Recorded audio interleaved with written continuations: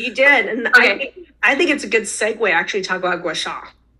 Oh. Yeah. A lot of Okay. people don't understand what Guasha is and how we can use tools like this to really help in a somewhat uncomfortable way to really help stimulate healing, opening Okay. and healing. It can be uncomfortable. I'm somebody who I like the sensation, and not everybody does. So I I designed, usually it's like massage therapists who buy my tools, but I started out with this one because I was doing gua sha on a Best thing ever. I'm just going to let you guys know this is the best thing ever. Okay, so I was doing gua sha on people's limbs, and then my little tool meant I was working super hard, and I was like shopping for a bigger tool so I could work on people's limbs, like legs, calves, arms, all the things. And so, because I like it's active, it's a very, it would make me sweat, and I'm just like, oh, I need a bigger tool. So I ended up designing one. It wasn't as difficult as I thought it was going to be. It's made from copper. It's thin. You can use like a fa spoon. I just prefer copper with the body. There's something really organic and natural about copper. But I want to say what gua sha is in case you don't know. It's just the application of a tool over like your muscle or a tendon where you're going back and forth, right? You're increasing. This isn't meant for the face, by the way, but you're going back and forth over an area. And then our forearms have a lot of like tendons that are accessible from just like really close to the surface. So when you do your forearm, you can really feel and affect a lot of the tendons. And so as you can see, I'm getting a little bit of red. That's called petechiae. And it's a Chinese medicine modality, and the theory behind gua sha is it increases circulation and removes stagnation, which is in the traditional Chinese medicine, stagnation is pathogenic, like like a pathology. And so when you find that little like rash that happens, the petechiae, that's actually the release of the stagnant blood in the superficial fascia. And it's kind of like, if we go back to that bodysuit idea, you're taking these little micro adhesions and these little places of stagnation, and you're opening it up like immediately. And on some people it's uncomfortable and they just like want it, but a lot of people love this sensation. I'm one of the people that love this sensation, and some people can hate it at first, and then once their tissue opens up, then all of a sudden they love it. Now, I will say there are practitioners that apply this really hard, because in acupuncture school, I used to work with a bunch of acupuncturists, and acupuncture school, they used to teach them to apply it as hard and as fast as they can, which I don't do that. I am more of a medium pressure person, is what I've been hearing from my clients. So I don't do it super light because I want it to be effective, but I don't do it to where it's super painful either. So people usually get the petechiae, the kind of like little rash.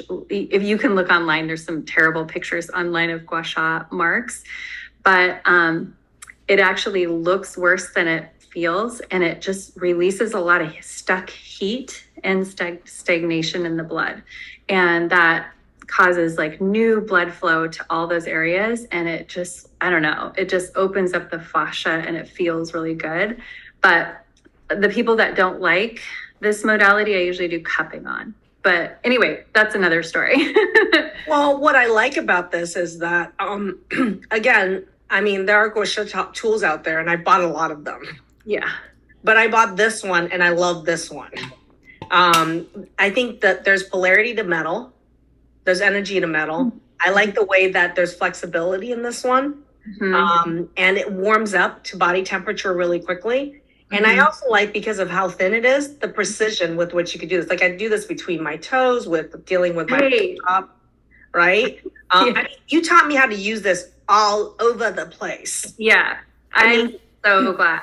It's particularly wonderful on the neck. Like if you're, oh man, but you will get on the neck, it kind of looks like hickeys because it like makes these little marks. But it, like if my neck or my jaw is hurting, I'll gua sha right here on my neck, Yep. And you can do it yourself. And then I'll probably get More like than that. I'll probably get some marks because we have stagnation. I When we proudly have- display the marks of Guasha. People look at me funny and I'm like, hey, how are you doing? But like it's so easy to do. And I just have it. I have it in a bag sitting either next to my bed or I have it Oh, my yeah. mouth balls, like I Yeah. have the thing right in there. And it's so simple to just go ahead and does the direction matter? So let's talk about. Do you have to know muscle anatomy? No. Does the direction matter? How should direction people doesn't- go about with this self-care tool? Yeah, so the directionality doesn't matter. It should be in places it feels good. I would discourage using tools like my tools. I would not use those on the face. The face skin is a little different. You can use it with lotion. I would not use it like in places where it's like places of caution, which would be front of the throat. You would never like gua sha your armpits, right? That's a place of caution. In the crook of your elbow. Because there's a lot of nerves inside the armpit. Just so you know, like you don't be going inside the armpit and digging around because there's a lot of nerves that are very close to the superficial purpose. So don't do the inside the armpit. And don't want to do it over a joint. Yeah, I mean you can over a joint. It just doesn't. There's no point really. It's more like if it's worth the energy and the effort, more in like the between tendons and in the muscle. Right. And we don't want to hurt ourselves with it. Like you don't want to go over like a mole or a skin tag. You can actually slice those off. So you want to be, like common sense, use common sense when you're using gua sha. But if we think about like the bodysuit of the body being grippy and tight and we use gua sha, it kind of like opens up like that. So people experience less headaches. Gua sha is something used in traditional Chinese medicine to relieve colds. It's out of my scope of practice to treat a cold with gua sha because I don't treat colds. Because it's lymphatic drainage. Yeah. So just to tell you why it helps with colds is because like, let's say you have like sinus infection, ear infection, or throat infection.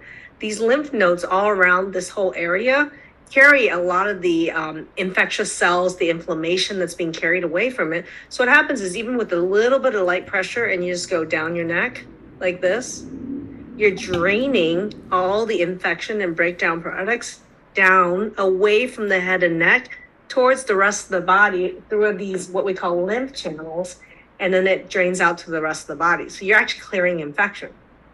Yay, and Dr. Maggie, you are keeping me within my scope of practice. Thank you so much for explaining that because massage therapist, we can't say that. But guess what else it helps with that's not in my scope of practice, which is kind of interesting, is depression and Tourette's. Isn't that interesting? So there's studies you can look up like benefits of gua sha. There are so many things like in China, they keep these in like their emergency first aid kits. Gua sha tools are part of their first aid kits because it's so effective. Like if you're starting to come down with anything, they say gua sha your whole back.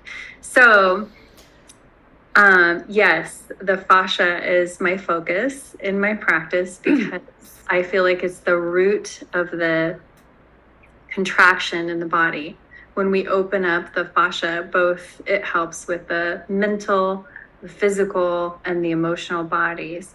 And I do feel that fascia has consciousness. I think that was kind of how we started the conversation. So some of the question people had was how much pressure? Oh, I mean, I would do it to where you like it. Usually if someone does it too hard, you're not going to like it. That's kind of like when you don't like something, that's the body saying no. And then these are designed by you and they're made in Portland. And so if they go over to your shop, should they get the big one? Should they get the little one? What's the criteria? Which should they get the big one versus the little one? So the larger one, if people are experiencing like hip pain, it's nice to have the big one. This is the original one that I designed because you can use the corners of it. Like I've even had therapists tell me they gua sha their fingers with the little parts of the inside. And I'm like, oh, that's genius. That is. I know. I didn't think about that. I didn't think about it when I designed it, but it just happened to be a thing that they told me about. So you can, like this one, I can massage my neck in smaller areas with the large one. So if I was only going to get one, I wasn't going to get two, I would probably get the larger one because it's going to be more suitable for larger body parts. And also I use both sides. I don't just use that side. I use this side, like in my hip and different places. So I hope that's helpful. And I do have a course, Dr. Maggie. It's for massage therapists, but anyone can take it. You don't have to be a massage therapist. It's just that if you don't have a license to touch, you can't apply the information from the course to other people, but you can use the information in the course. It's super basic course. And I can give you the link to that too. Yeah, we actually just shared it in chat. So there's a link to the tools, to the Guasha tools.